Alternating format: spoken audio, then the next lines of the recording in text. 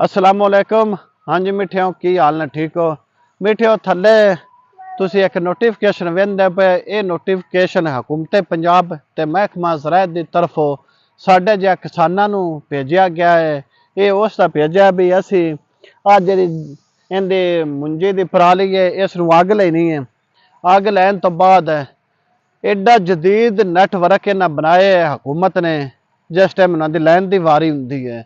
लाहौर बैठे आया टैक्नोलॉजी दस छड़ती भी फलाने पिंड फलाने बंदे के रकबे अग लग गई है। उन्होंने नोटिफिकेशन आ जाता, तस्वीर आ जांदियां ने। महकमा ज़राअत ने फिर ये नोटिफिकेशन भेजने भी या जुर्माना तो या परचा।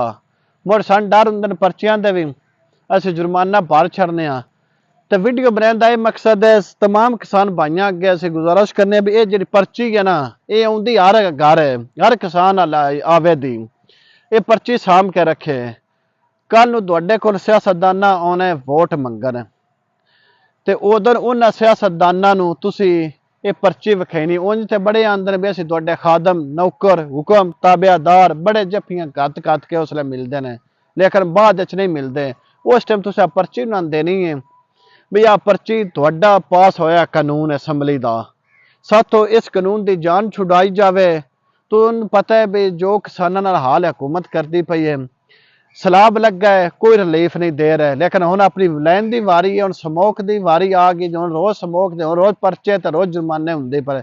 लेकिन साढ़े को सरवा करके टुर गए 2 महीने हो गए, हाली तक कोई रिलीफ नहीं दे रहा, कोई कुछ नहीं दे रहा, ना दसदे ना पुछदे ने।